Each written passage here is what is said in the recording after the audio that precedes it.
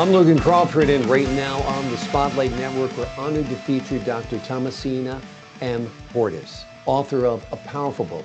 It is called Through the Eyes of This Black Woman, Continuing to Rise. This profound and powerful book draws parallels between biblical epistles and the enduring reality of systemic racism, giving voice to generations of Black Americans who have risen with resilience, grace, and undeniable strength. It's part memoir, part call to action. It is an essential read for anyone ready to confront truth, celebrate progress, and demand justice. We're delighted to have this very talented author join us here today on Spotlight. We thank the team at Bookside Press for helping us put her in the spotlight today, and we ask viewers like you to support authors like her by subscribing to our channel and by purchasing her amazing book. The links are below this interview. Doctor, thank you so much for joining us here today on Spotlight. Thank you for having me. I appreciate this.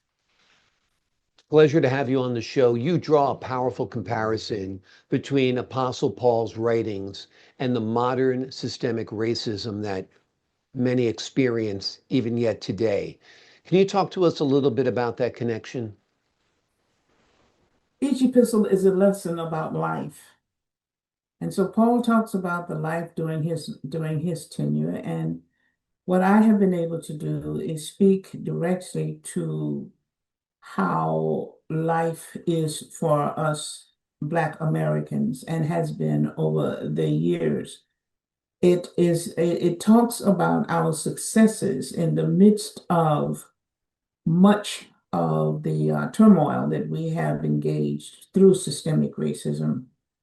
But I want to make something very clear. I am not talking about systemic racism as something that is imposed upon us by all white people. I'm talking about those who subscribe to and are active participants in the ideology of white supremacy. And from that, the context is we are now a part of a process that actually is systemic because it is so ingrained in the governmental processes that impact our lives on a daily basis. The economic structure, the educational structure is not quite as imposing as it was, but it still gives us some yardage to gain to be able to be a part of the mainstream of America. And it because the systemic issues that are so ingrained, they have become normalized for many people. Because we are left out of the history, it becomes a part of a lack of information, not just for Black people, but for all people. How has your own family history shaped your understanding of resilience and progress?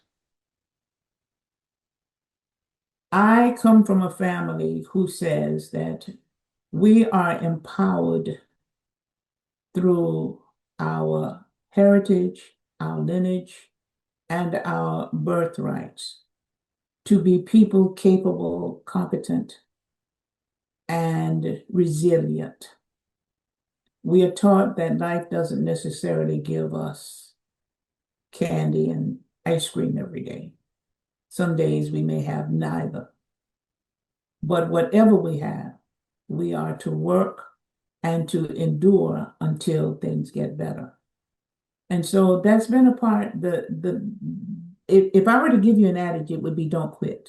Mm. And that's been a part of my life's construct as far back as I can remember. Really, yeah. Do you think things are getting better? I think that things are cyclical. I think that there are some things that are better, but I think that we're in a time now where that has to be questioned for us because we see the dismantling of so many of the social constructs that we have been a part of since the Civil Rights Movement. And so to see the dismantling to the degree that it is an impact that makes us also recognize that things are cyclical. And I don't know what it'll be for my children and my grandchildren, because I don't know what the deconstruction that, the degree to which this deconstruction will impact their lives. I mean, I think there seems to be universal agreement in the United States that the justice system isn't fair. I mean, we never would have elected a president who's a convicted felon of multiple felonies if people believed that was true. And hear me out. And the same thing's true of all of the incarcerated Black men in this country. They weren't given the same shot at justice as affluent white males are. And in part, that's economy, but our justice system shouldn't be based on economy, based on the ability to hire a high-priced lawyer. What Mhm. are your thoughts on that? I think that you're spot on when you talk about the injustices and the inconsistencies and the inequalities and the inequities. Those are the things that I heard you say as you were listing them. The truth of the matter is, we live in a system that is dominated by the belief. I'm talking about the inherent belief now, not everybody's belief, but the inherent belief of our system actually says that there is a hierarchy. And the hierarchy has to be with the whatever allows the economy to flourish and to flourish for white, white people in general.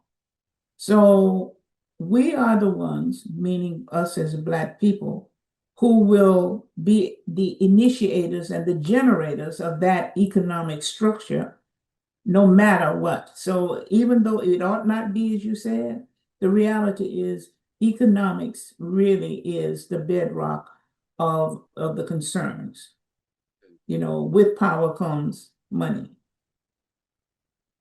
Exactly, exactly. And with money and power comes better education, access to better education. Everything. Like we said, equity in the criminal justice system, a voice in politics, Yeah. um, a voice in the community. And what do you hope legislators and faith leaders take away from reading your book, particularly in regards to empowering the community, like we just discussed? My book really is to us. It's information for others. But I hope that what my children and my ethnic group will understand is that we have never not risen in the midst of all of these roadblocks. We have always been a people who have accomplished despite the kinds of things that are pervasive in our society. And so now that we're in this conundrum, I am saying we will do it again. We know how to do this. It isn't about the fairness of other people. It isn't about the lack of understanding that others may have. It's about the resilience and the determination that we have as a people, meaning the ethnic group of us Black people, that says that we have the ability to rise above this, and we have the ability to succeed. And I believe that we will. Hard when Black people are still a minority in this country. Mhm. Um, so the odds are kind of stacked against Black people in this country, particularly when we do talk about systemic racism. The systems have to change. Mhm. Um, Talk to us a little bit about the dangers of economic and civic suppression through formal education, as you outline in your book. It's been the core, actually, of what has been the determinations of how we can be held back. The economic deprivations that have been pervasive for us, have then led us to be people who have not been able to rise into the economic structure. Affirmative action, for example, has been cut out. And now the student loans have been risen to the point that it creates another economic vacuum for us. So these kinds of realities are ours. But I want to say something. I want to say that minority for me means number. And we are outnumbered, but being outnumbered has not stopped us from being a people who still, despite this reality, not only do we survive, but we rise. That's what continuing to rise means. And I have seen it in my years of living. So I don't believe that it's going to stop us, but I do say that you are absolutely correct when you talk about the systemic factors that impact our lives. They do. They do. It's very, but I also believe that each of us is impacted because none of us is any greater than the other. Yeah. I think everybody's impacted. If one group of society is impacted, we're all We're impacted. all on track. And I also feel that the privilege or the disparity impacts poor people, whether they're white or black. I mean, Absolutely. the same barriers to Absolutely. success are there for, poor white people as well. Mhm. There's no reason that college isn't free, like high school. Mhm. And there's no reason why top universities like Harvard or Yale or Brown don't fill that void more than they do. They don't need to limit their student population the way they do. They could double the sizes of their campus. They could triple it. They could quadruple it. I mean, there's no secret sauce there, you know? History is history, philosophy is philosophy, chemistry is chemistry, That's right. you know? So there's a lot of ways that these schools with huge endowments could empower generations of people. Let's talk a little bit about what your goal is for this book and what you hope readers take away from it.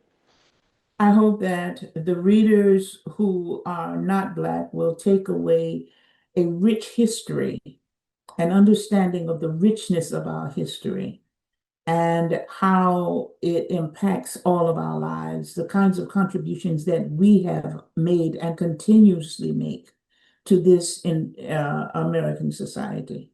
I want them to know that because the American history story does not give it.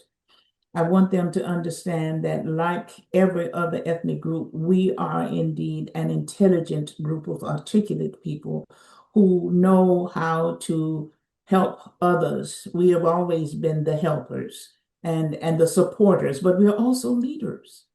And I want them to know that we have the same capabilities as anybody else who breathes, who walks, who eats, who sleeps, who thinks.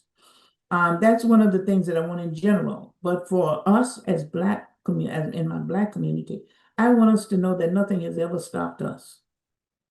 And what is happening now in America is a part of the psychic that believes that there is power in a physicality, not in a person, because it's all the physical stuff. You're talking about who I am as a black-skinned person, and I'm talking to you as a white person. You're talking about who I am as a woman in this black skin, and I'm talking about the consciousness of dominance in the pervasive reality of white maleism in America.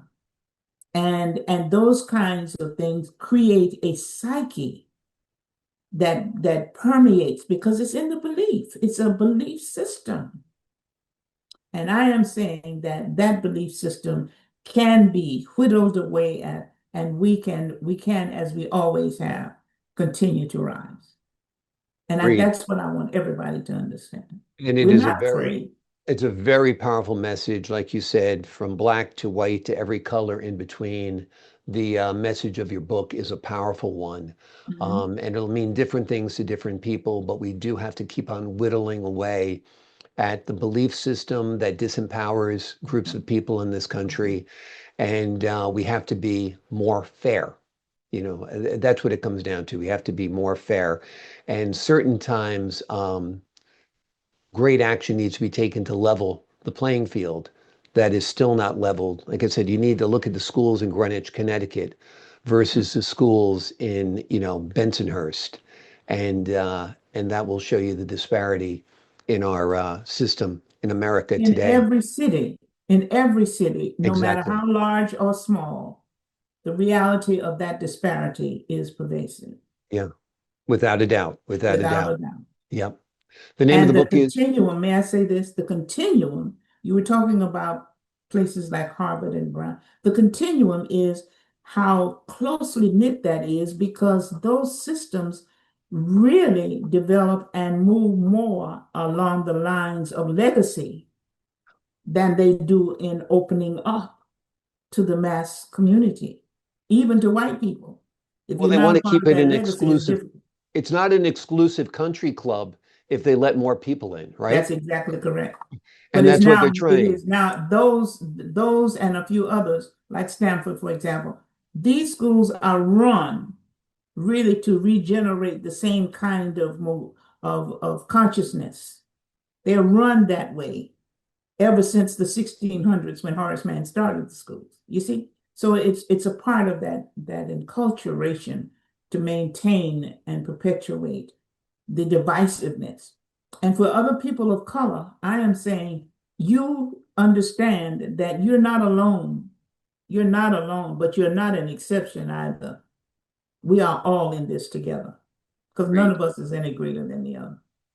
Amen to that. Without a doubt, the name of the book is Through the Eyes of This Black Woman, Continuing to Rise. It is a profound and powerful book that draws parallels between biblical epistles and the enduring reality of systemic racism, giving voice to generations of Black Americans who have risen with resilience, grace, and undeniable strength. Doctor, thank you so much for joining us here today on Spotlight. I thank you very much for having me. It's been I my pleasure. appreciate your time, your insight, and your wisdom. To the folks at home, I'm Logan Crawford, thanking you for your time this time. Until next time on Spotlight.